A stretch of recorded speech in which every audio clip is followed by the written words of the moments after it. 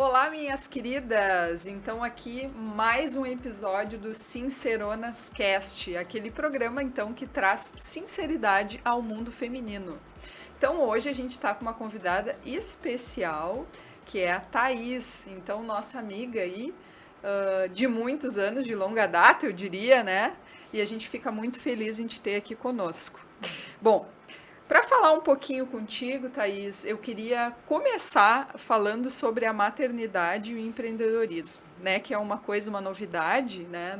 No caso da tua vida. Acho que o Ben está fazendo um aninho já, né? Quase. Vai, agora em janeiro. Vai fazer em janeiro já um ano. Então, queria que tu falasse um pouco aí pra gente sobre essa questão. Como é que é para ti? Legal. Primeiro agradecer, né, Gurias, o convite. É um privilégio, um prazer imenso estar aqui com vocês batendo esse papo e conseguir compartilhar um pouco, né, da minha trajetória, da minha jornada, para a gente conseguir passar as mensagens de que sim, é possível, inclusive, ser mãe e empresária de primeira viagem à maternidade. É possível, ouvi dizer. Ah, isso aí. Mas a gente vai se virando, assim. Para mim está sendo um desafio gigantesco, né? Eu trabalho em home office desde sempre trabalhei no sistema de home office.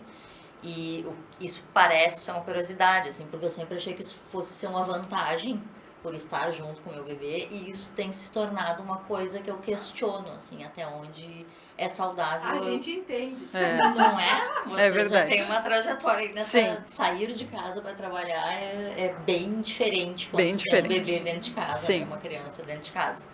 Então, nesse exato momento, eu tô nesse impasse, assim, de transformar o meu escritório fora ou dele ir pra creche, né? E aí ficar o tempo fora. Ele ainda tá em casa. Hoje eu tenho a ajuda de cuidadoras, mas eu nunca parei de trabalhar. Nem durante, eu tive uma gestação bastante complicada, vocês acompanharam, né, bastante. Eu fiquei em repouso absoluto, não parei de trabalhar. E depois que ele nasceu, também não parei, assim. E é algo que me alimentou na maternidade, sabe? Me fazia muito bem me conectar com um outro universo que não fosse o meu filho. E ter a minha atividade profissional, trabalhar para mim sempre foi uma coisa muito importante. Eu amo trabalhar. E não perder essa conexão, assim, com a minha profissão me foi muito importante durante todo o processo da maternidade. E hoje, ele já tá com 11 meses, vai fazer um aninho. Eu tô a pleno, assim, eu não parei de trabalhar, mas claro que eu reduzi um pouco a marcha ali logo quando ele nasceu. E é um desafio diário que conta com uma coisa que eu acho bem legal da gente ressaltar e conversar um pouco, que é o mundo que a gente vive hoje, né? Antigamente, uma mãe trabalhando de casa, o nenê começava a chorar e isso atrapalhava o cliente, isso gerava desconforto. A gente teve recentemente casos aí públicos, né, onde isso aconteceu e a mulher no caso foi chamada a atenção por ter uma criança envolvida.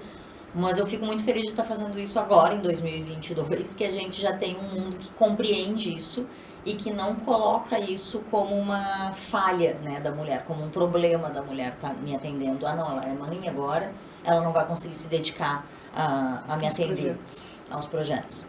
Isso eu acho que a gente está quebrando um pouco, a gente está desmistificando isso um pouco no mercado. Ainda acho que tem muito preconceito, ainda sinto que tem preconceito.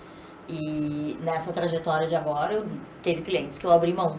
Porque Sim. já na primeira reunião, na primeira chamada, quando o cliente percebeu que eu estava com um nenê pequeno junto, se expressou assim com descontentamento. E aí para mim foi o suficiente para não pegar o trabalho, assim, para não aceitar o cliente. Então, essa coisa de misturar a maternidade com o lado profissional e saber dosar a qualidade do serviço que eu presto, mesmo sendo mãe, tem pesado bastante, assim, nesse momento. Agora tu me fez lembrar de um episódio quando eu tinha o Matheus pequeno. Eu me lembro que até Rosane, eu acho que eu tinha que telefonar para um sindicato e eu estava trabalhando de casa naquele período, né? Porque aí o Matheus era muito pequeno e eu acabava não indo direto para o escritório. Lembra que eu até ficava meio turno? Sim. Então, aquela vez eu liguei para o sindicato e o Matheus no meu colo, ele começava a gritar. E aí eu me lembro que aquele contato para aquele sindicato, a pessoa que me atendeu, que era a presidente, eu acho, do sindicato, a gente não teve mais retorno. E eu tenho certeza que foi um preconceito da pessoa com essa questão de eu estar em casa com o bebê. Isso foi antes da pandemia. Então acredito que com a pandemia começou a desmistificar essa questão de ser mãe e ser empresária. Acho que as pessoas aceitam mais essa questão do filho aparecer lá na tela do computador. Já fiz várias reuniões em que a Sofia, minha outra filha, mete o carão, assim, e aí todo mundo diz, ai, que bonitinha, que querida. É um carão lindo também, né? Aqueles olhos azuis maravilhosos que ela tem. E aí ela fica dando tchau e abana, e eu vejo que as pessoas compreendem. Antigamente, assim, a gente tinha uma reunião formal, e imagina aparecer uma criança no vídeo, nem pensar. Exato. A gente isolava a criança com a babá e ela não podia participar daquele momento. Eu acho que é até bonito a criança enxergar a mãe trabalhando. Porque aquilo vai incorporando, né, no dia a dia dela, e com certeza quando ela for maior, ela também vai querer, né, trabalhar e ter um trabalho digno, né, que eu também digo. Então, eu acho que é bem bacana essa questão da maternidade e de ser empreendedora. Aí eles sentem, né? Ontem, por exemplo, eu estava sem cuidadora. A minha cuidadora estava se sentindo meio mal e não foi ficar com o Benjamin. E eu tinha uma série de reuniões agendadas. Teve uma que eu sabia que eu não ia conseguir fazer, porque eu precisava estar operando, né, junto. E aí eu remarquei e tudo certo. Eu já até fiz ela, eu remarquei para agora de manhã cedo. Mas as outras que eu tinha à tarde, que eu não precisava operar, eu sei, conheço as pessoas com quem eu ia estar trabalhando junto, eu mantive. E, amado, ele sabia tudo o que estava acontecendo. Ele ficou brincando ali no tapetinho dele, sabe, numa boa. Depois ele dormiu comigo fazendo a reunião e falando, e ele dormiu solenemente. Então eu consegui fazer, e no início, logo quando ele foi pra casa, também, eu não tinha cuidadora daí, né? Eu fiquei sozinha com ele. E eles parece que sabem que tu tá fazendo alguma coisa que requer a tua atenção e eles respeitam. Sim. Então eu acho que tem muito essa conexão, assim, com o nenê. Ele vai pro tecladinho, e eu não deixo ele ter contato com tela ainda, mas ele tem um tecladinho que é só dele brincar, e ele fica ali no tecladinho, batendo que nem a mamãe bate, sabe? E ele se entretém. E eu consigo ter essa noção do que eu posso fazer com ele junto e o que não cabe com ele junto. Sim. E aí a gente vai conseguindo equacionar. Conciliar, né? Conciliar. Eu sempre falo, né? Acho que a Letícia já me ouviu falar muitas vezes, pra mim tinha que nascer com 5 anos, né? Que aí não dá tanto trabalho. O que acontece às vezes, né? A gente precisa entender as empresárias, as empreendedoras que nos assistem, e aonde essa mensagem possa chegar, entender que não dá para desligar a chavezinha do ser humano e virar profissional, né? Precisa entender que não existe essa coisa de desligar a chavezinha do eu pessoa e virar o eu profissional, né? Que a gente é uma coisa só, uma pessoa só, um ser humano. E que como mãe, a gente além de tudo, além de ter que cuidar do nosso trabalho, eu brinco que o produto, a empresa, eles são como filhos também, né? É difícil compreender quem não empreende, né? Mas eles são como filhos. E conseguir compreender que a gente precisa dar atenção, né? E que os formatos de trabalho não são mais iguais. Até falava com a Letícia antes, nos bastidores, né, Letícia, da gente... Que a Letícia me dizia assim, eu tenho ainda alguns problemas em relação a isso, porque eu acreditava que empreendendo eu deveria cumprir horário. Então, eu deveria começar às 7h30 da manhã, eu trabalhava em indústria antes, né? Então, eu pensava assim, não, agora eu virei empresária. Mas como eu vou chegar mais tarde com os funcionários, né? Como é que eu vou chegar na empresa e vou marcar manicure às 3 da tarde, né?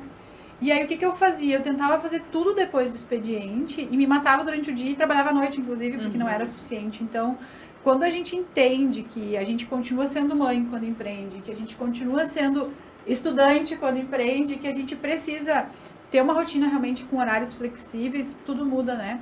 E o digital, eu tenho meu escritório em casa, eu sou formato híbrido, hoje foi um grande desafio na minha vida, mudar o modelo de trabalho. Eu acho que quem consegue trabalhar hoje com prestação de serviço, a gente tem essa vantagem, né? Mas, ao mesmo tempo, nós que temos uma equipe já grande, né, Letícia, para nós ficar 100% home office já é um pouco inviável hoje, né? Sim, mas a gente sonha com o modelo híbrido. dos colaboradores trabalhando 100% home office, né? Então, apesar de ser uma tendência de para outras áreas, a nossa área não é tão comum, né? A gestão financeira, as pessoas ainda estão encapsuladas, né? Não tem uma mente tão aberta. Apesar de ser essa a nossa área, a gente tem conseguido trabalhar isso. Mas no começo, a minha primeira experiência foi uma tragédia. com home office. Por uma questão de saúde, eu precisei trabalhar de casa, né? Eu estava com a imunidade baixa, então eu precisava ficar realmente isolada numa época em que ninguém ficava, né, isolado. Os clientes não queriam ser atendidos, né? Então a gente não conseguia agendar horários. Eles não tinham a ferramenta no celular, então para eles era um absurdo baixar um aplicativo. Então eu não conseguia atender, literalmente eu tinha muita dificuldade de falar, porque o pequeno empresário, que é o nosso público, que é quem a gente trabalha direto, né? A Thaís é uma das queridas, né? Nossa amiga, cliente, está há anos, nem sei mais quanto tempo está conosco.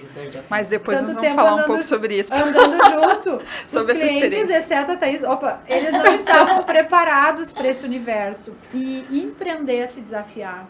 Empreender é, com certeza, olhar para o nosso eu pessoa e conseguir fazer com que o eu empresária se aproxime disso, né? E aí vem o desafio, os filhos, a rotina, o marido, o trabalho, o esporte, a alimentação, o eu feminino, né? Colocar para fora a mulher que a gente de fato é e manter, né? Então acho que por isso que a gente tem tantos desafios que envolvem a nossa vida de empreender, né? É muito complicado, eu acho que eu acho que isso tem um pouco de cultura, sabe? A gente se sente em débito permanentemente. Assim. Isso aí. A mulher acha devendo que para todo mundo, devendo. Né? Se for o banco, nos procure, mas enquanto não for... Se for o banco ou os fornecedores.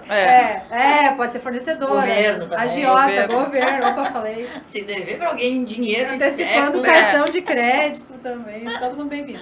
Mas a gente se sente em débito com tudo, né? Impressionante, parece que a gente não tá fazendo o suficiente. Eu tive isso ali com a maternidade no início, mas então eu não tô 100% com meu filho, eu também não tô 100% na empresa. E eu tive a sorte, né? E acho que isso na nossa trajetória de empresária não tem muito da sorte, né? Acho que a gente vai construindo, mas a gente também cometia um ato falho aqui de autoestima de mulher empresária, né? Não é sorte, a gente constrói isso e a gente às vezes atribui a sorte. Mas a sorte também faz parte, um pouquinho da ajuda, né? O universo dá uma conspirada a favor, né? Quando a gente tá trilhando o ruminho ali. A gente tem que fazer a nossa parte. Quando a gente tá trilhando o rumo certo, eu acho que, na verdade, as coisas se alinham para a gente conseguir, isso, né? Esse eu acho que é o diferencial também da mulher e mãe, né? Porque a gente precisa também ter tudo alinhado, né? Ter as coisas alinhadas para conseguir evoluir. Os homens já normalmente acreditam que o pote de ouro está no final do arco-íris, né? E eles buscam aquele pote de ouro incansavelmente. A gente não, a gente constrói a escadinha para subir o arco-íris, resbalar e chegar até o pote de ouro. Se duvidar, até o garimpo. Se duvidar, ele não vai estar lá, vai ter que escavar ainda. E olha que é. E a Rosane falando sobre essa questão de marcar a reunião remota. Eu me lembro, quando eu atendia na consultoria, todas as reuniões eram presenciais e eu tinha que me deslocar a Porto Alegre, a São Leopoldo, a cidade que fosse necessária para atender.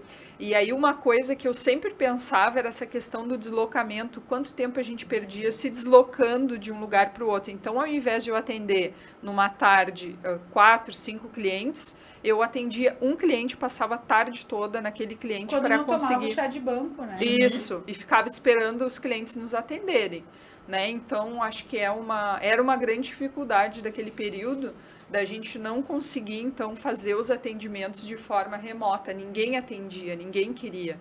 Achavam que o remoto não dava certo. Não era bom, não era a mesma coisa que a pessoa está presente. Pelo contrário, né? Inclusive, eu que trabalho na consultoria de processos, onde a gente faz a organização, então, do processo financeiro das empresas, desenha o organograma, que é bem importante, faz os desenhos do fluxogramas, trabalha com POP, que são, então, aquelas instruções de trabalho, onde a gente faz uma descrição, um manual, né, a gente diria, de todo o trabalho, que é muito importante para o empresário ter isso, para ter a empresa na mão dele, não na mão do funcionário. O que eu vejo que ainda não é aceitável eu trabalhar difícil, né? remoto. Uma outra reunião eu consigo, mas o modelo híbrido, porque eles enxergam que eu preciso estar lá. E, na verdade, sentada do lado. Mesmo o funcionário podendo compartilhar a tela tudo. Recursos, eu ainda preciso estar fisicamente, inclusive vários projetos fisicamente no cliente. Né? Não aceitam ainda. E eu acho que é importante falar, né? Eu sei que a Thaís, para ela, talvez é mais natural, né? Que tu já é remota. Eu acho que tem áreas que têm essa possibilidade, essa oportunidade, né? E tem pessoas como você que conseguem trabalhar isso muito bem, né? Mas para nós que trabalhávamos em indústria, e que era muito tradicional. Antes eu conversava com Era uma bater o pessoa e ela cartão. dizia assim, o meu grande baque no empreendedorismo foi quando eu saí da grande empresa, parei de bater o cartão, porque eu continuei achando que eu tinha... Tocava sirene, ela disse, agora não tem mais sirene tocando, né? Para na hora de ir embora.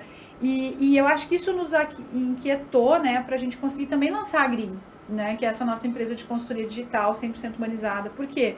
Porque tu tem que levar a ideia de que o online, ele pode ser humanizado. Sim. Que o atendimento online, às vezes, tu tá muito mais focada, inclusive, na tela, no cliente.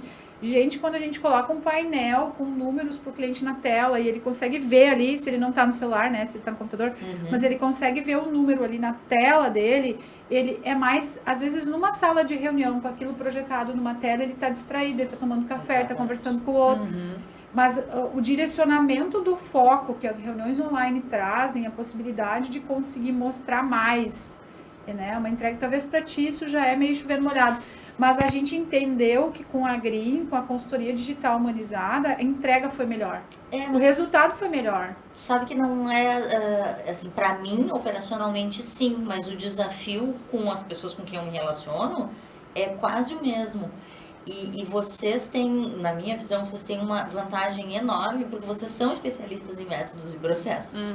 Então, se tem alguém que vai conseguir estabelecer um método para fazer uma reunião online produtiva, esse alguém são vocês. E funciona, né? Funciona. É muito legal, Funciona muito bem. cabeça, Porque mas realmente funciona. tu tem que ter um método para fazer isso tem ser que ter produtivo. pauta, tem que ter horário. Exatamente. Tem que cuidar os primeiros 15 minutos. A gente trabalha, eu tenho me espelhado muito no modelo norte-americano para algumas coisas e eles são fenomenais para coisas de trabalho remoto pela questão da pontualidade e do que eles entendem por produtividade.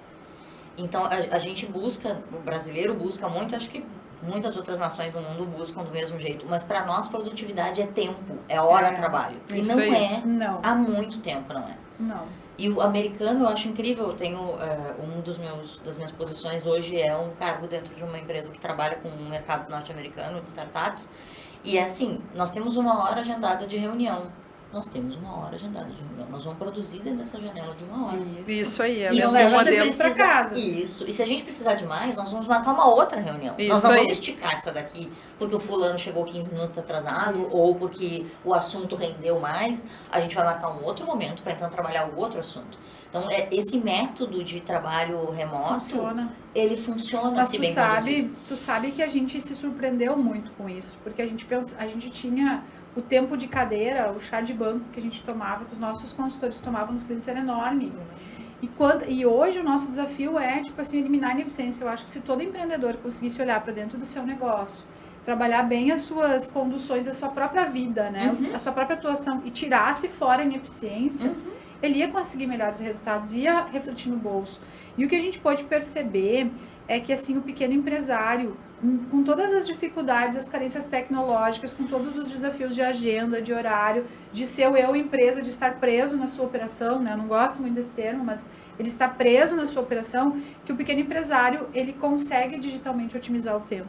E a nossa surpresa nas consultorias digitais foi que a entrega, o cliente se compromete, né, de um jeito com a reunião que não existe reunião fora do horário. Os pequenos, por incrível que pareça, ele é como ir no psicólogo, eu digo, né? Eles têm quarta-feira, horário fixo, às 9 da manhã, toda quarta-feira, às 9 da manhã, eles se organizam para isso, eles estão lá. Não existe falta, né? Não existe... Agora, o grande, às vezes, o que a Roma atende já ser totalmente digital, que é a nossa outra empresa que atende clientes com perfil um pouco maior, já é mais difícil, porque ele troca. Ele substitui a consultoria, ele não... O pequeno dá tanto valor... Ou ele quer momento. Presencial. Tem muitos que querem. Não, mas eu Não quero entendem, lá no né? escritório. Eles vêm das cidades do interior para a nossa empresa lá na Roma, porque eles querem ser atendidos naquela sala de reunião, ter aquele café, ter aquelas bolachinhas, aquele bombom. Aquela equipe. E aquela equipe para atender. Eles não Aquela querem... demora de 15 minutos para começar a reunião, E eles porque não todo querem mundo tem que se virtual. abraçar E antes. muitas vezes tu para tomar um café e para isso, para aquilo, começa a conversar de outras coisas e não consegue focar no resultado, né? Naquilo que é importante, que é os números deles. Efetividade, E aí, no cliente pequeno, a gente consegue ali em uma hora fazer muito mais do que a gente fazia, né? Eu me lembro muito da consultoria presencial em 4 horas. Eu ficava 4 horas no cliente para olhar um saldo financeiro, para fazer uma conciliação. Porque aí eu ganhava café, aí a gente ficava conversando sobre filhos, sobre outras coisas, e não focava na objetividade, naquilo que é importante. E não sei se vocês já passaram por isso, mas eu passava muito quando eu atendia só o pequeno no presencial. O pequeno no presencial, ele tá lá dentro da operação dele e o funcionário chama. Ele vai. Se eu tô no presencial, ele vai. Se eu tô no digital, ele não vai. Isso aí. Ele tenta resolver ali da cadeira mesmo, se ele não consegue, ele pede pra esperar, sabe? Ou ele dá uma olhada assim por cima e faz que não, e eu não vou te atender agora. Exatamente. E então, quando acho tu que tá o compromisso no digital é muito mais... Quando tu tá no presencial, ele vai lá. Quantas vezes eu já Isso. fiquei só esperando a pessoa... Não, mas eu tenho já que te dar... deixei esperando, Tenho que né, dar uma nos olhadinha. passados. Tenho que dar uma olhadinha aqui em tal coisa. Eu me lembro, Thaís, né, de eu te atender na parte financeira e muitas vezes te chamavam e aí tu tinha que parar para conversar com aquela funcionária. Exatamente. Para conseguir resolver o problema dela, porque era naquele instante, naquele momento, né? Aquela questão Era do sempre uma imediato. urgência. Era É que sempre uma urgência. A gente costuma brincar e falar, né? Quem já me escuta já sabe que eu uso esse jargão, mas que o empreendedor ele quase que entra para dentro de um liquidificador, né? E ele fica tão triturado pelo próprio processo dele que ele não consegue olhar para o lado e ser efetivo, né? Então, essa busca pelo autoconhecimento, por entender o seu tempo das coisas, cada pessoa tem um tempo, né? E poder dizer não. O não, ele é libertador. Quando a gente consegue dizer assim, não, funcionário, agora eu não tenho tempo para ti, espera. Agora eu preciso fazer isso que é urgente. E as pessoas, elas estão tão carentes de atenção em casa, da família, elas estão com tantos problemas que às vezes elas buscam no seu líder essa atenção que elas não têm. E dar atenção, dar qualidade de atenção não é estar disponível 100% do tempo, né? É dar qualidade de atenção, é naquele momento estar disponível para aquele cliente. Eu tenho, não sei se é um defeito, uma qualidade, mas quando eu estou tentando extrair de um cliente qual é a dor financeira dele, qual é a estratégia que ele precisa, eu estou focada nele. E o meu cérebro não pensa em outra coisa, o meu corpo não se vira para outra coisa. Eu estou ali escutando a tua história, entendendo o teu problema, e eu preciso tirar lá do fundo da minha mente todas as estratégias que eu aprendi, tudo aquilo que eu desenvolvi nos anos para dar a solução. E se eu não manter meu foco e minha qualidade de atenção naquele empreendedor, naquele tempo, e às vezes é rápido a gente consegue chegar a um raciocínio, né? Eu não consigo entregar valor. E esse é o desafio da mulher empresária, dizer não, né? Esse momento eu não posso estar à disposição do filho, porque nesse momento eu preciso atender bem o meu cliente, né? Porque ter o filho junto não quer dizer também, né, que tu vai estar 100% pro filho, né?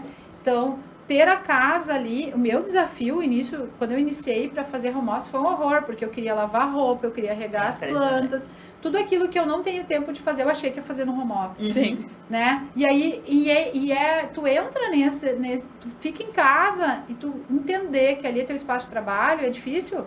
Porque tu tem a casa, tu tem cachorro, eu tenho cachorro, tem vizinho, toca a campainha, vem a pessoa da prefeitura, vem não sei o quê. Né? Então, a gente acaba tendo que fazer essas concessões. Então, requer uma disciplina muito grande. Muito grande. É como estudar EAD. Às vezes a pessoa pensa, eu vou estudar EAD, vai ser mais fácil. Não, vai ser mais difícil. É mais vai difícil. ser tu contigo mesmo. Sim. Tu vai ter que ler, interpretar sozinho, fazer as tuas anotações para aprender. Eu tinha esse desafio com meu esposo. Que às vezes ele, bem no início, né? Agora ele já entendeu o recado. Mas bem no início ele dizia, mas não deu pra lavar uma roupa? Isso. Não, mas eu continuo. E eu dizia pra ele, Sandro, eu não estou em casa. Eu estou trabalhando. Imagina que eu não existo dentro de casa. Claro. E aí, claro, tu consegue estabelecer uma rotina. A gente já tinha prática de home office há muito tempo. Pro meu esposo isso é muito diferente, porque ele é um presencial público, ele trabalha 100% presencial o tempo todo. É um choque de cultura para ele, né? É um choque de cultura. E ele não fazia por maldade, nem por nada do gênero, assim, era por não achar que atrapalhava. E aí, durante muito tempo, eu fui dizendo que se eu não tiver regradinho, o intervalo de almoço, este é o meu horário de intervalo de almoço. Eu vou parar, vou almoçar essa hora, e se eu me bagunçar aqui, eu bagunço o resto do dia. Sim. Que nem se a gente estivesse no escritório. Mas isso requer disciplina. E eu acho que a gente, durante a pandemia, a gente teve uma oportunidade ali de quem não estava nesse regime ainda, de conseguir aprender, mas também ajustar, foi enorme de um desafio. Na dor, né? Não foi no amor. Não. E tem muita gente que não se adapta mesmo, Não. que precisa bater ponto, sabe? Que Sim. precisa estar dentro do escritório. E o que eu acho mais legal é que, assim, a empresa pequena, ela é muito dinâmica, né? Então, se a gente for olhar, o nosso caso, por exemplo, a gente lançar uma empresa de consultoria financeira 100% digital para pequenos negócios. A nossa grata surpresa foi que eles se adaptaram, porque eles são dinâmicos, eles se ajustam. Eles conseguem ir para o EAD mais fácil, eles conseguem... Agora, o grande, ele é um grande navio engessado, enquanto o pequeno é uma lancha voando, né? Então, a gente consegue trazer isso. Então, acho que a pequena empresa tem essa questão do ser dinâmico, do conseguir ser efetivo, né? E isso é bom, só que tem muita gente que usa do jeito errado. Começa, não termina, não tem processo, não tem controle, não tem organização, né? E aí se perde nesse contexto. E eu acho que tem uma coisa muito legal do pequeno empresário quando ele tem uma consultoria que nem a que vocês prestam, que nem a que eu presto aí para os meus pequenos, que é o momento que ele tem para sair do liquidificador. Isso. Se É ele verdade. quando ele consegue virar essa chave de, cara, essa minha 1 hora aqui com a Letícia, essa minha 1 hora com a Rosane, é a hora que eu vou sair de dentro desse turbilhão e vou conseguir focar no meu negócio. Vou pensar. Isso estrategicamente. mesmo. Quando ele vira essa chave, ele decola, ele vai. E é difícil chegar lá. Eu, com a minha assessoria de comunicação, é impressionante, assim, se tu conseguir fazer essa reunião fora do teu estabelecimento, tu vai enxergar a tua empresa de outro olhar, sabe? Se tu sair, quando eu tô tendo muito restaurante ainda, quando eu tava atendendo muito mais restaurante, eu dizia, sai de dentro do salão, senta lá na rua e olha para dentro da tua empresa de novo. Aí, em termos de comunicação, é uma estratégia que a gente Sim. usa muito para ele conseguir se colocar no lugar do cliente. E no caso de vocês, de operação financeira, assim, desliga do que está acontecendo lá dentro, no chão de fábrica, sabe? Desliga do que está acontecendo Sim. na operação e olha estrategicamente os teus números. E para de vender o almoço para comer a janta, né? É, que o que Isso aí. acontece muitas vezes, eles acreditam que gestão financeira é matemática, né? E matemática não é gestão financeira. Eu sempre digo saber mais, menos, dividido, no máximo 1 vezes, tá tudo certo. Não é isso, né? E às vezes o pessoal foge dos números porque não quer ver, né? E é esse olhar que nem tu disse, o olhar para dentro da empresa, a gente conseguir ver de cima o que é importante pra gente. O Prolabora é importante, ganhar dinheiro é importante. Não dá para morrer abraçado no produto, não dá para nadar e morrer na praia. Então, desafios financeiros todas as empresas vivem, né? Todas as empresas pequenas, médias, grandes têm que superar desafios, porque tem economia, tem taxa de juros, tem política, tudo influencia no nosso negócio, tem precificação. O grande insight, a grande questão é como eu me preparo e encaro esses desafios financeiros na vida da minha empresa, né? Porque o momento em que eu consigo olhar para a minha empresa e entender que os números... Eu costumo falar de grandes forças do negócio, né? Que o financeiro é uma grande força do meu negócio. Como uma grande força, um grande pilar, eu preciso cuidar, tratar com carinho, né? Trabalhar ele bem, eu consigo sair do liquidificador. Porque o dinheiro, a força do dinheiro, o fluxo financeiro, ele permite que a gente contrate pessoas melhores, ele permite que a gente se remunere melhor, com isso a gente melhora a nossa qualidade de vida, com isso a gente melhora a qualidade de vida da nossa família. Então não dá para abrir mão disso. Não dá, né, Thaís? Não. E eu sei que tu teve dramas enfrentados. Eu conheci a Thaís, né, onde ela era executiva de uma parceria que a gente tinha, que tinha a ver com bares e restaurantes na época, né? E a Thaís lá um dia me chamou num cantinho, Apavorada. no auge do Que eu faço? desespero, e me disse assim, ó, eu tenho um problema aqui que eu herdei, né? Eu lembro direitinho dessa reunião, eu lembro da sala, eu lembro da luz, eu lembro da gente lá. E ela disse, olha, tu é tão gentil na forma que tu cuida, né? Na tua forma de fala, tu é tão simples na forma de comunicar. E eu quero te abrir aqui, eu tô com essa dor. Como é que eu saio disso? Eu não sabia por onde começar. Conta pro pessoal. Esse Conta é um tua problema, né? experiência. Esse é um drama que a contabilidade, eu sempre digo que não é necessário falar contabilês, né? De forma alguma, vocês só precisam ter bons profissionais. Não é necessário falar com Que vocês. possam contabilistas. ajudar. É. Ajudar vocês, né? E infelizmente sim, né? Nós temos no mercado de finanças, no mercado de contabilidade ainda gente que acredita que é falando chique, né? Que consegue ajudar as empresas e não é, né? A gente precisa falar de um jeito que as pessoas entendam. Mas me conta desse drama aí, conta pra galera como é que foi isso pra ti. Eu sei que isso foi uma grande barreira que tu enfrentou, né? Foi. E até hoje me dói, assim, é um assunto que pra mim, a gente falava, depois que a gente superou esse início que eu vou contar, a gente falava muito de crescer, né? E crescer pra mim ainda, semana passada eu te mandei uma mensagem dizendo que eu precisava crescer e tava Estamos aí pra te desconfortável. ajudar nisso, né? Sim. Essa é a vantagem de ter uma assistência. Exatamente. Estamos aí pra te ajudar a crescer com segurança. Então, quando a gente fica quando a gente tem essa barreira contábil, e a gente também sempre falou muito sobre isso, né? Sobre o empresário não querer dominar o que não lhe é confortável, assim. Então, assim, terceiriza, sabe? A primeira coisa que eu digo é assim, terceiriza. Tu não entende de finanças, terceiriza para quem entende. Não vai tentar entender ou tentar fazer sozinho uma coisa que te dói muito. Finanças, para mim, era uma coisa que me doía muito porque eu sabia que eu tinha uma herança de sonegação, né? Isso também é uma coisa que eu acho que é importante, assim, a gente dá o nome correto para as coisas. Né, galera? Olha aí, ó, sonegação. Ela falou! Tem que falar mesmo, né, Mas Thaís? que dói pra falar, né? Porque a gente fica envergonhado, eu devo estar vermelha, que eu sempre fico. Mas Não tá vermelha. Que bom.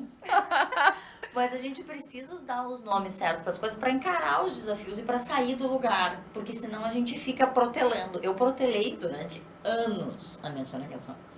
E quando eu descobri que existia uma dívida, né, na PJ que eu herdei, a minha primeira reação foi, deixa a dívida lá e vamos seguir o baile. Aumentou a bola Segue de pra neve. frente. E aí eu fui... melhor não olhar, né? Porque dói. É mais fácil? É a mesma coisa que olhar os números financeiros. Exato. E aí eu não sabia. Tu queria botar a dívida embaixo do tapete? Era o que eu... E aí tinha uma lenda de que 5 anos caducava as dívidas. E ela acreditou. E eu acreditei e ainda acreditei que eu dei azar, porque bem na minha época virou. Esse troço e foi pro CPF das Virou pessoas. a chave. E aí eu lembro que era um desespero, assim, porque eu tenho um histórico familiar de problema de dívida financeira, então a minha dor era, e eu acho que o brasileiro pequeno não empresário, é só tua, né? A gente tem as a famílias geração... estão mais endividadas também, né? Então, tem muita gente sofrendo com endividamento. Exato, e a gente parece que virou comum tu ter uma dívida, sabe? E aí tu não... Parece que o errado é guardar, né? Exatamente, o errado é estar organizado, se tu tá organizado, tu tá com o nome limpo, tu é rico, e não é uma coisa, outra coisa, e tu consegue te organizar. Hoje eu encho a boca, assim, pra dizer que eu tenho o nome limpo, meu CPF e minha PJ. Parabéns! Deve fazer uns 8 anos já. Mas eu lembro da dor que foi porque vocês fizeram uma coisa que pra mim valeu muito, assim. Primeiro, vocês falaram a minha língua, e aí ficou claro. E segundo, vocês não enfeitaram um problema. Assim, esta é tua dívida. Eu acho que o montante era uma coisa absurda pra mim, surreal, tipo 22 mil reais. Uma coisa assim que quando eu olhava pra aquilo, não, gente, eu não vou limpar isso aqui, mas nunca. E na época nunca tu vou trabalhava conseguir. CLT também, né? Eu trabalhava Tu tinha a tua PJ, tu fazia os teus trabalhos, mas tu tava ainda no híbrido, Eu né? ainda tinha isso. E pra mim isso era muito desconfortável, porque essa parte do por onde começar, eu não ganhava, eu trabalhava pro terceiro setor, então eu trabalhava com uma associação, basicamente, majoritariamente a minha renda era da associação, e era uma renda muito baixa, né? O terceiro setor não tem dinheiro pra nada. E eu nunca fui uma pessoa que... Eu nunca lidei bem com dinheiro na vida, né? Eu trato isso na terapia. Sim. Vocês cuidam dos meus números e a terapeuta cuida do meu desconforto com dinheiro. Então, eu lidar com dinheiro e dizer assim para o pessoal que eu trabalhava, gente, eu preciso ganhar mais porque eu preciso pagar uma dívida. Isso Nossa, era ela pra pensava mim, em justificar para as pessoas da empresa dela, olhem só. era muito surreal. E até hoje me é desconfortável. Eu tenho hoje um dos cargos que eu ocupo, ele brinca comigo, ele tá aí, eu preciso te pagar mais. E aí, como é que eu digo, como é que o meu cliente vai me dizer que precisa me pagar mais, gente? Eu tenho que ter vergonha disso, né? E esse ano eu consegui mudar. Consegui eu dizer, olha, eu preciso agora de tanto. A gente precisa trabalhar a gente internamente, porque a empresa é uma extensão da gente, né? Como a gente se porta e como a gente pensa. E se a gente não trabalhar isso com que, primeiro, quem entende dos números e na terapia para conseguir resolver o problema pessoal, a gente não cresce. E a gente merece crescer. Merece. A gente trabalha, a gente tem uma entrega, o nosso cliente que está nos contratando diariamente no empresário, seja comprando nosso produto ou nosso serviço, ele está nos dizendo que aquilo tem valor. E por que a gente não valoriza? Sabe? Por que a gente não atribui o valor?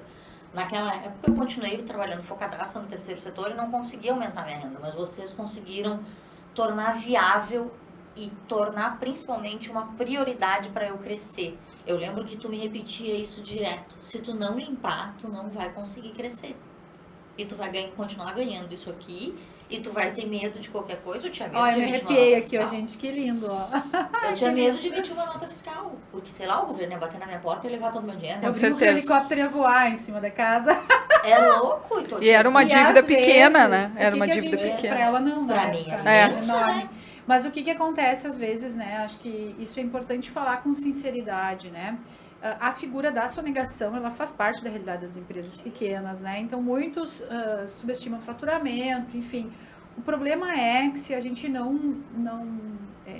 é como o ladrão de Havaianas, de chinelo. Ele começa roubando chinelo, ele começa praticando isso. Se tu não aprende a pagar o teu imposto e a organizar as tuas finanças, tu não cresce. Por quê? Porque quando tu crescer, tu vai ter que passar o custo tributário no produto. E teu cliente vai estar tão acostumado a te desvalorizar, porque tu não fica com esse dinheiro, né? Tu repassa para o cliente. E ele vai estar tão acostumado a te desvalorizar que tu não cresce com segurança. E claro, essa não é uma virada de chave rápida, né? Para a gente conseguir virar essa chave, nós temos muito forte isso na nossa revisão estratégica, agora no planejamento ficou muito claro, que nós combatemos o amadorismo financeiro, né? E por que a gente combate o amadorismo financeiro? Porque esse é o grande vilão das empresas, porque ele não permite que se cresça com segurança. E quando tu tem consciência de que para crescer, tu precisa realmente tirar esses dramas da tua vida, se permitir pagar o imposto. É bonito pagar imposto, gente. Se tu consegue pagar imposto, nós não estamos aqui discutindo alíquota, discutindo o que o governo faz com o dinheiro. Mas se tu tem uma empresa saudável financeiramente a tal ponto que tu consegue pagar o teu imposto, que tu consegue fazer uma reserva de emergência e tu consegue fazer uma gestão do teu capital de giro, tu vai viver bem. Tu vai gerar valor dentro do teu ecossistema e não importa o teu tamanho. Exato. Não importa se tu fatura 10, 20, 50 mil por mês, né? E eu acho que poder ter te trazido essa visão, né, do quão importante é tu fazer as pazes com o dinheiro para te poder conseguir crescer, né? E eu acho que tem duas coisas, assim, que eu vejo muito em todo pequeno empresário, assim, com quem eu converso, porque é quem eu atendo, né? Então, eu também tenho esse outro olhar. E era difícil olhar para mim, né? E, no entanto, tá do outro lado, eu via toda essa realidade. É mais fácil a gente ver no outro. Mas tem duas coisas. Depois eu quero falar contigo da organização financeira lá do período da Braskem. Boa. Esse assunto aí rende, porque ali também era bem difícil. O terceiro setor tem isso também, né? De ser desorganizado ao extremo. E hoje eu não sei como é que tá, mas eu sei que teve muito impacto. As nossas consultorias mexeu, né? E aí incomoda. Quando mexe, incomoda. Mas tem duas coisas que eu acho que é muito valioso, assim, a gente comentar. O primeiro é o tempo que eu demorei para me regulamentar. E isso era uma barreira para mim, fazer a regularização. Porque o pequeno empresário, ele não se vê daqui a 5 anos. Então, é muito difícil a gente conseguir, enquanto pequenininho, se ver lá no meu negócio daqui a 5 anos. Não, gente, daqui a 5 anos é muito tempo. Eu preciso resolver o Natal agora. Mas tu precisa te olhar, né? Tu precisa do planejamento. Tu precisa pensar a médio e longo prazo. E tu ter pelo menos a visão, sabe? Pelo menos o desejo de onde é que tu quer estar, porque daí tu consegue trilhar um caminho com mais estratégia. Então, a Letícia queremos estar em Dubai, né? A gente já tem uma meta. É verdade. E a gente se enxerga lá em Dubai, balançando ouro. Já tem até o colar. A gente tem tudo mentalizado. Muito forte, sabe? Isso move aquela coisa que a gente falava da sorte, de mover as coisas. Isso move a gente no dia a dia, isso vai nos mover para atingir esse objetivo. E a minha psicóloga fala muito disso, assim, ela tinha um sonho de ir para Dubai. Viu? E ela foi esse ano, o ano passado. Nós vamos juntas. Nós vamos juntas. E alguém vai tirar foto. E ela a gente tem isso aqui era meu sonho, e é uma viagem, né, cara. É um lugar. É mais um simbolismo para nós, né? E o que acontece, Thaís, nesse sentido, é importante dizer que o planejamento, ele é uma grande alavanca, né? E eu tenho ouvido, assim, muitas atrocidades. Eu tenho ouvido pessoas dizer assim, não, mas hoje é o universo das startups. Hoje as pequenas, hoje as empresas, tu não pode mais prever 2 anos. Eu encontro uma resistência extrema das pessoas em planejar, porque elas pensam assim, não, mas daqui a 2 anos a gente não sabe mais como é que vai estar a economia, a política, taxa de juros, acontecer uma guerra, uma pandemia, como é que tu quer fazer previsão, como é que tu quer planejar? Mas, gente, se a gente não planeja, eu sei até qual data eu quero trabalhar, né? Se isso vai acontecer, de fato, se vai ser aquele dia exato, eu não sei, né? Mas eu me movimento para lá. Então, o planejamento, ele nada mais é que um fio condutor que guia as nossas ações, né? Então, a gente precisa planejar, a gente precisa colocar datas e prazos. A minha empresa não cresceu até agora o que eu imaginava. Quanto tempo mais eu suporto esse baixo crescimento? Eu não tenho um prolabore digno. Quanto tempo mais eu vou me suportar esse prolabore miserável? Eu não tenho capital de giro. Quanto tempo eu vou viver sem capital de giro apostando no crescimento? Quando a gente começa a definir datas para virar essas chaves dentro da nossa empresa, a gente começa a crescer com segurança. Então, eu vejo muito empreendedor que não consegue definir prazo para ele mesmo. Não tem data, ele não consegue dizer assim, ó, 2023 eu vou chegar lá no final de 2023. O que eu quero para 2023? Eu quero ganhar mais, né? Eu quero ter mais funcionários, eu quero ter uma nova empresa. Quando tu traz esses questionamentos à mesa na consultoria financeira com números, é linda de ver descoberta, assim. Tu aprende a fazer isso. E o brasileiro não tem isso, porque o brasileiro sempre dá um jeitinho.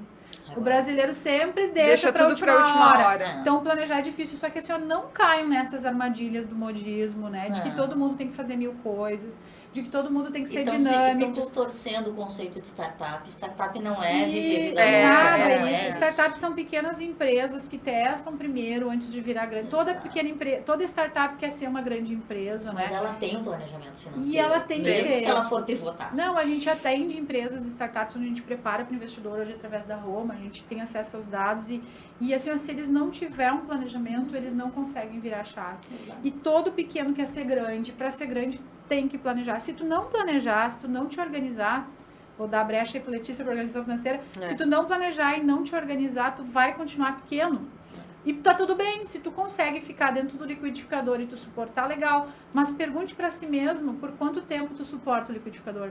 Por quanto tempo tu ainda quer ser o eu presa. Por quanto tempo tu quer ficar preso ao teu negócio. O tempo é o fator decisivo nisso aí. Fato. E contar um pequeníssimo trecho da vantagem de tu ter uma assessoria e uma consultoria, né? Semana passada eu te procurei e te disse, Rosane, eu preciso crescer. E de cara ela me devolveu. 2 segundos. Preciso crescer. Ela me devolveu assim na tampa. É simples. Isso, que saudade. Tu tem um planejamento? Gente, eu dei pulos. Eu liguei pro meu marido, né? Sandro, eu respondi que sim, porque eu tenho um planejamento. Porque vocês me ensinaram que eu precisava disso. E ao ponto de eu incorporar isso de tal forma que quando ela veio a pergunta, minha maior orgulho era poder dizer pra ela, sim, eu tenho. Porque hoje eu tenho. E aí, o que eu disse? Agora sim, nós vamos marcar no horário. Tá, então vamos falar um pouco de organização financeira. Bom, me lembro bem, né, nessa empresa de terceiro setor que a Thaís trabalhava, que eu comecei a organizar com ela o financeiro dessa empresa. E a Thaís tinha pavor do fluxo de caixa, né? E é importante... Pavor, corria que nem diabo da cruz. Não, e é importante... E o que é importante da organização financeira, inicialmente, são os lançamentos diários que a gente tem que fazer. A gente tem que ter o controle diário e a gente também precisa fazer as auditorias de saldo, como a gente diz, que é fazer os batimentos para ver se diariamente o teu fluxo de caixa está fechando, né? E o tema fluxo de caixa muitas vezes não é assim legal, não é bonito, mas ele faz parte dessa organização. Eu preciso ter os meus números organizados financeiramente para que eu possa também evoluir, para que eu chegue depois, de repente, num planejamento financeiro. Eu preciso ter os números validados. De nada adianta eu fazer um planejamento financeiro no achismo, que eu não vou chegar a lugar nenhum. Então, Thaís, eu queria que tu contasse um pouquinho dessa experiência, que eu me lembro como se fosse ontem. Presencial, eu vim a Porto Alegre para te atender, então, nessa sede. Era muito complicado. E como que foi? Eu me lembro que tinha também uma funcionária que no fim a gente tinha que acabar treinando, né? Porque ela que fazia essa parte mais operacional e tu fazia mais a parte analítica. Exato. Deixar para ti. Era muito complicado porque no terceiro setor, primeiro que tu não tem um líder, né? Tu tem, no nosso caso lá, 365. Quando tu trabalha, terceiro setor, são muitas vozes, né, e muitas opiniões. E todos eles estavam muito interessados no resultado final. E ninguém, inclusive eu, focava no meio para chegar naquele resultado final. E por muito tempo a gente atribuiu isso a funcionário. E estava completamente equivocado aquilo. A gente não pensou nunca em treinar ela até a Letícia diagnosticar isso pra gente. Ela tinha que fazer aquilo porque ela sabia que ela tinha que fazer. E não, ela precisava de uma orientação macro e ela precisava ter noção dessa estratégia maior para poder operacionalizar o dia a dia. Ela tinha que ter um processo definido. Exatamente. O treinamento dela era um pedaço do resultado que a gente queria. Isso aí. E a gente não tinha clareza sobre esse processo que ela tinha que percorrer. Então ela, coitada, ela ficava tateando ali no escuro com 365, literalmente, não é uma força de expressão, 365 chefe na orelha, e ela não tinha a clareza porque nós nunca tínhamos dado. Porque nós, enquanto liderança dela ali, eu na operação e os outros associados todos por serem os proprietários, né, daquela iniciativa, a gente não orientava ela no processo. Então, ninguém conseguia ver o macro. A Letícia chegou, teve que fazer várias reuniões para a gente conseguir ter essa clareza. Isso mesmo. Porque a gente esperneou tudo que a gente pôde espernear. Sim. A gente não queria mexer, e aí vem do empresário que está há muito tempo fazendo a mesma coisa. Sair dessa zona de conforto, reconhecer que o nosso processo não é nem errado, né? Que ele não existe. Não existia aquele processo financeiro organizado, né? Exatamente. Se dar conta que durante todo aquele período a gente não atuava com essa clareza e isso poderia, né, sofrer crítica, isso poderia ter problemas, a gente poderia encontrar problemas. A história de botar para debaixo do tapete, a sonegação a gente faz isso, mas no processo a gente também bota para debaixo do tapete. Sim. E se a gente conseguir apresentar um balanço no final do ano, sem mexer no processo, tá tudo certo. Sim. E não tá. Então, te ter mexendo ali, assim, confortável, seria muita hipocrisia da minha parte dizer que foi. Porque foi um inferno. Por isso que a gente tem aí muitos... Mas foi muito valioso. A gente tem muitos financeiros, né, dentro das empresas auxiliares, ou o próprio empreendedor que tenta fazer o financeiro, que é um mero pagador de boleto. Exatamente. Porque o que ele faz? Ele simplesmente paga. É mais fácil eu só pagar. Chega o boleto, eu pago, eu não penso, eu não planejo, eu não organizo o processo. Eu não tenho... Aí o funcionário vai embora e leva todo o conhecimento. Todo o conhecimento, ele, né? porque o funcionário é dono do processo. Ele não está capacitado para isso. Então, como que o empreendedor vai ser estratégico se ele fica ali só pagando o boleto, né? E aí vamos falar do feminino, né? Tem muito marido que enfia a mulher no financeiro porque subestima a capacidade ou a filha, dela. sempre tem Acha que ela pode ser, familiar. que ela é só uma pagadora de boleto, né? E essas mulheres que estão lá à frente do financeiro, elas são organizadas, mas elas não conseguem ser estratégicas muitas vezes porque, primeiro, não tem visão de planejamento. Segundo, o caixa é um livre e aberto, tem que retirar, o marido toma uma decisão, ela vai lá e não quer brigar, né? E acaba suportando isso. Então, a gente precisa falar disso também, né? Que a mulher que está lá fazendo financeiro, não é porque ela é mulher que ela é organizada, né? Ela, claro, sim, ela tem essa condição, talvez, mas que ela não pode ficar lá só pagando boleto, né? Ela também pode ser estratégica. Né? É impressionante como a gente perde quando a gente não faz, né? Nesse caso que a gente estava falando da associação, eu nunca mais vou esquecer também que tudo mudou, todo mundo mudou, no dia em que a gente, graças a clarear esse processo, a gente viu que a gente tinha uma quantidade absurda de dinheiro parado e inadimplência. Com certeza, isso só foi através da organização financeira, senão vocês não conseguiriam a cobrar. Gente ia ver aquilo. Não, a gente não tinha nem noção do número. Sim. Que não media, né? Que não mede, não Porque não media.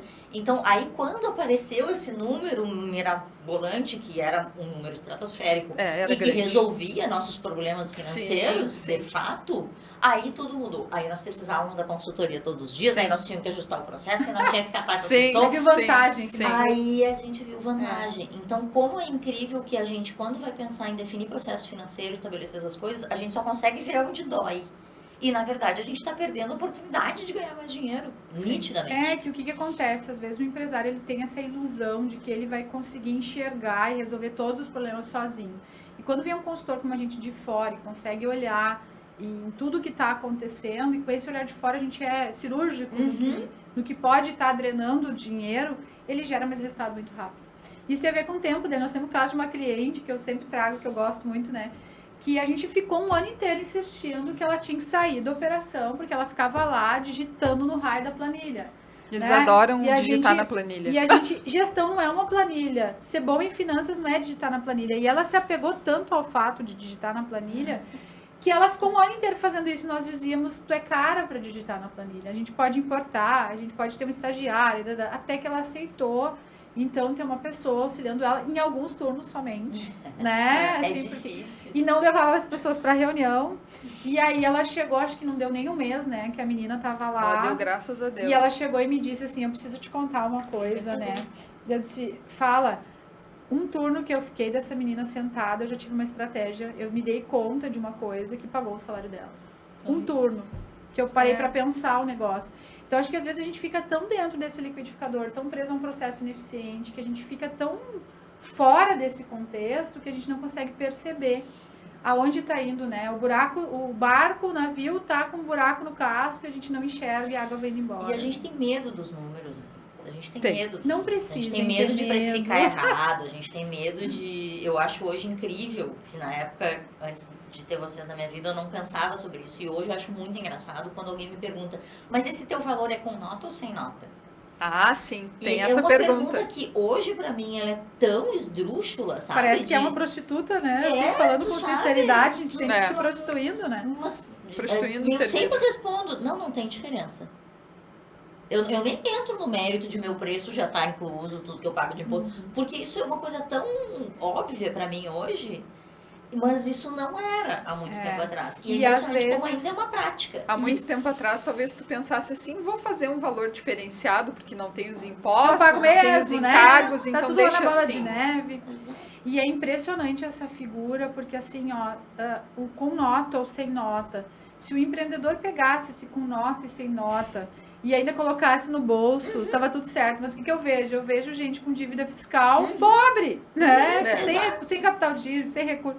Então, assim, se pelo menos a gente conseguisse economizar isso, de alguma forma ter dinheiro para pagar depois quando viesse o helicóptero, né? Mas não é isso que acontece de fato, né? Exatamente.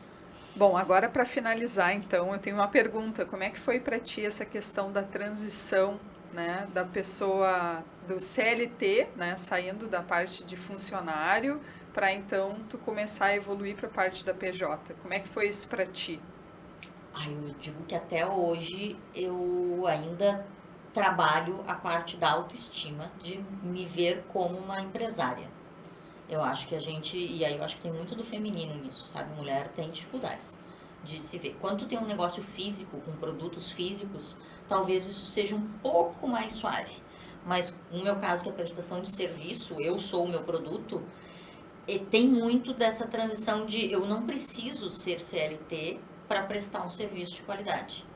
E eu posso ser uma PJ, hoje a gente tem uma flexibilidade enorme de atuação como PJ. Eu estou num momento que eu estava contando para as gurias até nos bastidores, que eu tenho cargo numa empresa e tenho os meus clientes de prestação de serviço. Sim. E isso para mim é uma barreira até hoje. Eu ainda tenho Não te enxerga como prestadora de serviço dessa empresa maior, né? Exatamente. E quando me perguntam, agora aqui, vindo fazer o podcast, teve a pergunta, né? O que escreve embaixo do teu nome? Eu Todo entro em mundo crise, trava né? aí. Eu entro em crise. Será que eu sou contadora, professora ou sou empresária? Eu sempre penso assim. Isso. Às vezes eu quero me assinalar como contadora, mas na verdade eu Mas, sou gente, empresária. A gente é tudo. A gente não é uma coisa só. Não Sim. existe uma caixinha do conhecimento onde tu coloca eu só sou isso.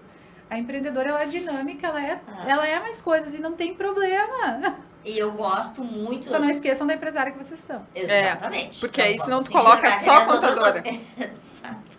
E eu tenho isso com relações públicas. Dependendo do ambiente que eu tô, na dúvida, o que tu é? Eu sou relações públicas. Que daí eu sou tudo isso aí misturado. Mas aí seja parece que junto a e gente se misturado. resume a um cargo, né? E a gente não é um cargo. Exatamente, mas é muito difícil até hoje, assim. Hoje o modelo de trabalho, essa empresa que eu tenho cargo, ela não tem inclusive CLT, todos são PJ.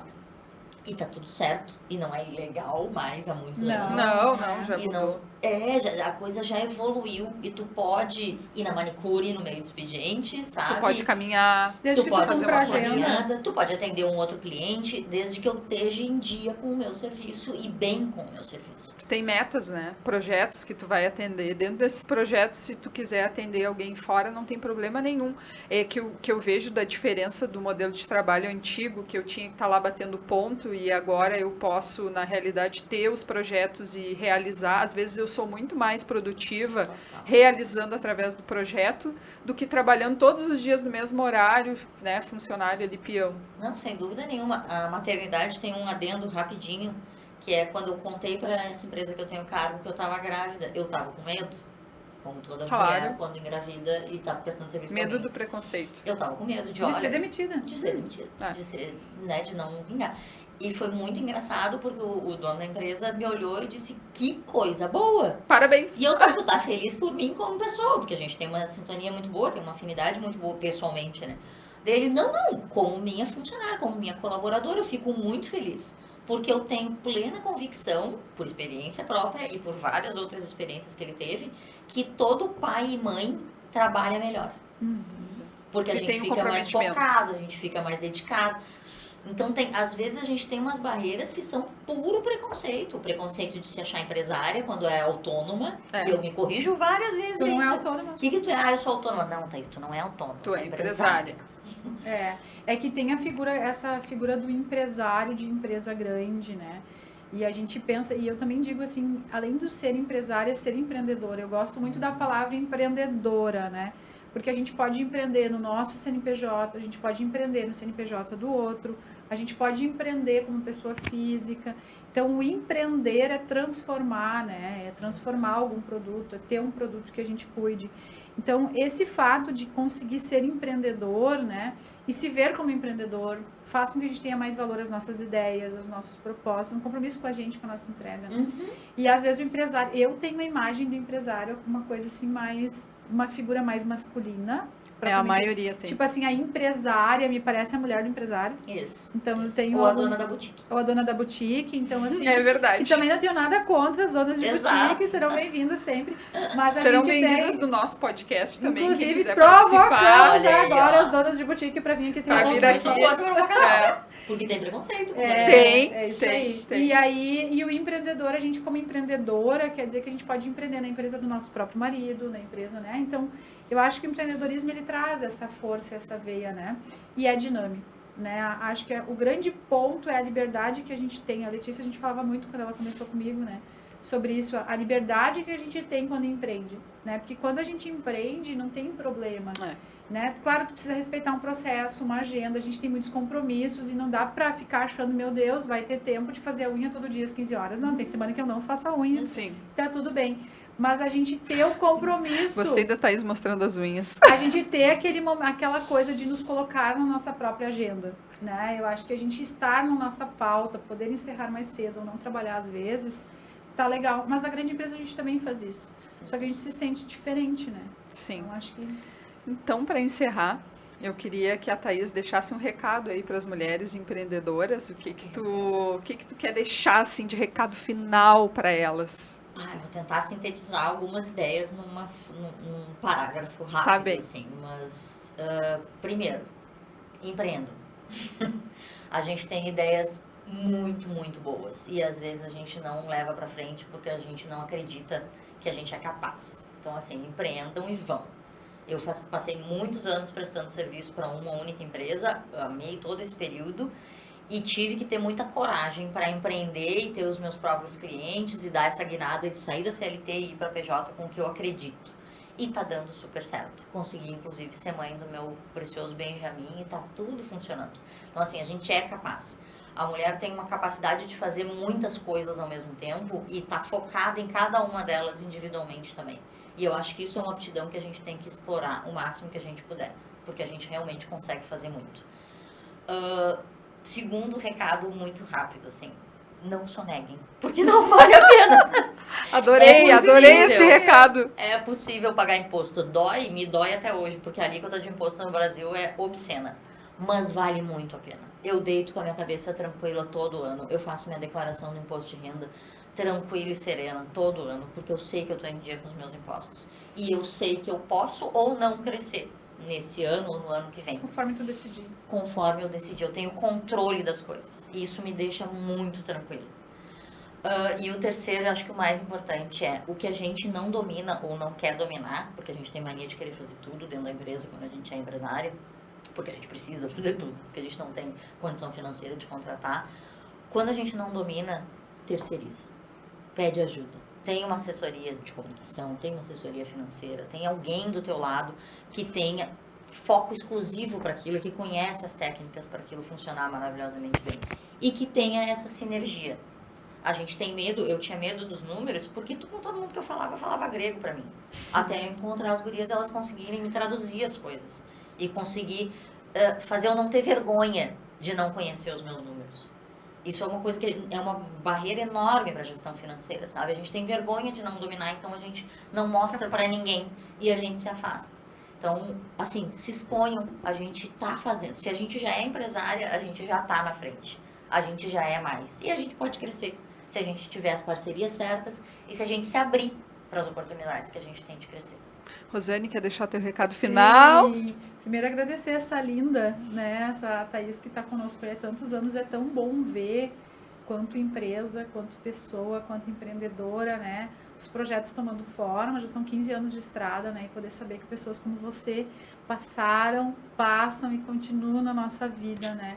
E é para isso que a gente vive, né, para ajudar os negócios a evoluírem e por trás dele as pessoas, né. Então, eu queria dizer que, como a Thaís disse, reforçar isso, além de agradecer essa linda e todo o sucesso que ela vem tendo, é dizer que sim, né, os números não são bicho-papão, né, eles não são, e que quando a gente faz tudo com doação e quando a gente entende o que a gente quer e a gente planeja o crescimento, ele pode ser sustentável sim, né, e essa união entre mulheres, ela é muito capaz de transformar. Então, se unam a mulheres, se unam a pessoas parecidas com as mesmas dores, né, e vão atrás de ajuda, porque a ajuda, ela transforma. Eu peço muita ajuda, já fui socorrida pela Thaís muitas vezes, né, porque a Thaís tem uma linguagem também acessível, trabalha com comunicação, e para nós é um desafio muito grande ainda essas ferramentas. Então, peçam ajuda, fortaleçam os grandes itens dos seus negócios, né. Bom, então eu queria agradecer a Thaís e a Rosane, que está comigo hoje, né. Foi maravilhoso esse encontro com vocês, a gente trocou muita experiência. Eu gosto muito de falar, organize o seu financeiro, né? Não deixe para lá, não tenha medo de ver os números, porque eles são reveladores, tu tira a venda dos olhos e consegue enxergar de uma forma diferente e consegue aí planejar. Então, eu queria agradecer a quem está assistindo aí pelo YouTube, quem está ouvindo pelo Spotify. Deixa o arroba para quem está no Spotify. Sim, então, @greenmais, né, _oficial, né? Então, esse aí é o nosso arroba e eu espero que vocês tenham gostado do episódio de hoje. E na próxima a gente tem mais sinceronas aí, né? Lembrando que o nosso programa é sinceridade do empreendedorismo feminino, é falar a verdade, né, e é trazer aquilo que vai fazer uma transformação na tua vida. Muito obrigada a todas que estão nos ouvindo.